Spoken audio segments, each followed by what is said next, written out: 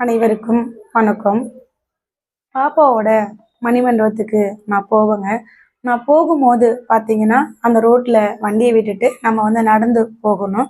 அப்போல்லாம் பார்த்தீங்கன்னா, மணி சத்தமே கேட்காது, காத்துமே வீசாதுங்க. மணிமண்டபம் கிட்ட போயிட்டு நம்ம கேட்டை ஓப்பன் பண்ணுவோம். ஓப்பன் பண்ணும்போதே பார்த்தீங்கன்னா, திடீர்னு பார்த்தீங்கன்னா காற்று வீசும். காற்று வீசின உடனே அங்கே இருக்கக்கூடிய அந்த மணி ஓசை பயங்கரமாக கேட்கும். அந்த மணி ஓசையின் மூலம் பாப்பா நம்ம கிட்ட பேசுற மாதிரி தாங்க எனக்கு தோணும். அம்மா வந்துட்டீங்களா, எப்படி இருக்கீங்க, நல்லா இருக்கீங்களா அப்படின்னு நம்ம கிட்ட கேட்குற மாதிரியே இருக்குங்க.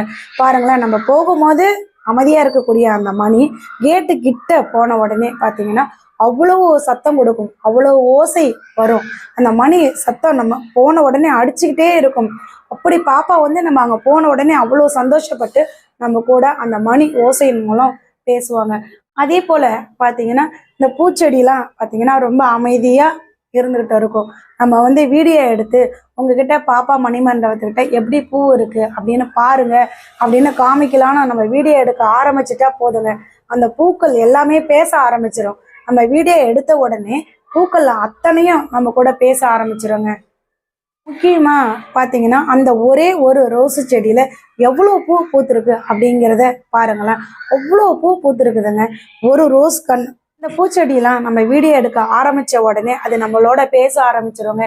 எப்படி இருக்கீங்க, நல்லா இருக்கீங்களா, எனக்காக இந்த உலகத்தில் இருக்கக்கூடிய அத்தனை பேரும் அழுதுகிட்டு இருக்கிறீங்க, எனக்கு எப்போ நீதி கிடைக்கும் அப்படின்னு ஒவ்வொருத்தங்களும் துடிச்சுக்கிட்டு இருக்கீங்க. கண்டிப்பாக நீதி கிடைக்கும் அப்படின்னு நம்மக்கிட்ட பாப்பா சொல்கிற மாதிரியே இருக்குங்க. வீடியோ எடுக்கிறதுக்கு முன்னாடி பார்த்தீங்கன்னா அந்த பூக்கள் அத்தனையும் அமைதியாக மௌனமாக இருக்கும். வீடியோ எடுக்க ஆரம்பித்த உடனே அந்த பூ ஒவ்வொன்றும் ஒவ்வொரு விதமாக பேசுங்க. ஒவ்வொரு செடியும் வீடியோ எடுக்கும்போது ஒவ்வொன்றும் ஒரு பக்கமும் காற்று அசைஞ்சு அசைஞ்சு பாப்பா நம்மளோட அனைவரோடையும் பேசுகிற மாதிரி தாங்க எனக்கு தோணும். என்னை அனைவரும் உங்கள் வீட்டு பிள்ளையா ஏற்றுக்கிட்டீங்க, அத்தனை நல்ல உள்ளங்களுக்கும் ஒரு பெரிய நன்றி சொல்கிற மாதிரிலாம் எனக்கு தோணுங்க. அந்த ஒரு ரோஸு செடியில மட்டும் பார்த்தீங்கன்னா எத்தனை பூக்கள் இருக்குது பார்த்தீங்களா? அத்தனையும் ஒவ்வொரு ஸ்ரீமதி முகத்தை நான் பார்க்குறேன். ஒவ்வொரு பூவுலையும் பாப்பாவோட முகத்தை நான் பார்த்துக்கிட்டு இருக்கிறேங்க. அவ்வளோ அழகா நம்மளோட பேசுங்க. இந்த மாதிரி பாப்பாவோட இடத்துக்கு போகும்போதெல்லாம் ஒவ்வொரு டைமும் ஒவ்வொரு விதமாக நம்மளோட பேசிக்கிட்டு இருக்கிறா. இந்த டைம் பார்த்தீங்கன்னா அமாவாசை வந்தது. அமாவாசைக்கு நம்ம போகலாம், பாப்பாவுக்கு படையல் வைப்போம் அப்படின்னு நான் எத்தனையோ முறை போயிருக்கேன், படையல் வச்சிருக்கேன். இவ்வளவு நாளாக பாப்பா பூக்கள் மூலம் நம்மளோட பேசிக்கிட்டு இருந்தவ இந்த டைம் பார்த்தீங்கன்னா படையல் வைக்கும் போது பாப்பாவே நேரில் சாப்பிட்டது போல ஒரு காட்சி நமக்கு கிடைச்சிதுங்க. அமாவாசை வரும்போது பார்த்தீங்கன்னா பாப்பாவோட இடத்த சுத்தம் பண்ணிட்டு பாப்பாவுக்கு பிடிச்ச மாதிரி சமையலை வச்சு படைப்பாங்க. அது இல்லாமல் பாப்பாவுக்கு ஏதாவது ஸ்நாக்ஸ் பிடிக்குமே அப்படின்னு சொல்லி ஸ்நாக்ஸும் எடுத்துகிட்டு போய் வச்சு படைப்பேன். ஒவ்வொரு முறையும் ஒவ்வொரு அமாவாசை தவறாமல் இது வரைக்கும் படைச்சிக்கிட்டு வரேங்க. ஆனால் இந்த முறை பார்த்தீங்கன்னா நமக்கு ஒரு புதிய அற்புதம் அங்கே நடந்ததுங்க. என்ன நடந்தது அப்படின்னு பார்த்தீங்கன்னா பாப்பாவே நேரில் சாப்பிட்டாங்க. இது உண்மைங்க, அதை நீங்களும் பாருங்க. எத்தனையோ முறை அங்கே போய் நான் உட்காந்து எவ்வளோ வீடியோக்கள்லாம் எடுத்திருக்கேன். அப்போல்லாம் அங்கே குருவி நான் பார்த்ததே இல்லை.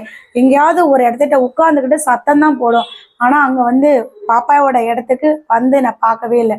ஆனால் சத்தம் மட்டும் எங்கிருந்தோ கேட்டுக்கிட்டே இருக்கும். ஆனால் இந்த முறை பார்த்தீங்கன்னா நான் போயிட்டு அந்த படையில வச்சேங்க. வச்சுட்டு இப்படி திரும்பி பார்க்கல. திரும்புறதுக்குள்ள எங்க இருந்து தான் குருவி அங்கே அவ்வளோ குருவிகள் வந்ததுன்னே தெரியலங்க.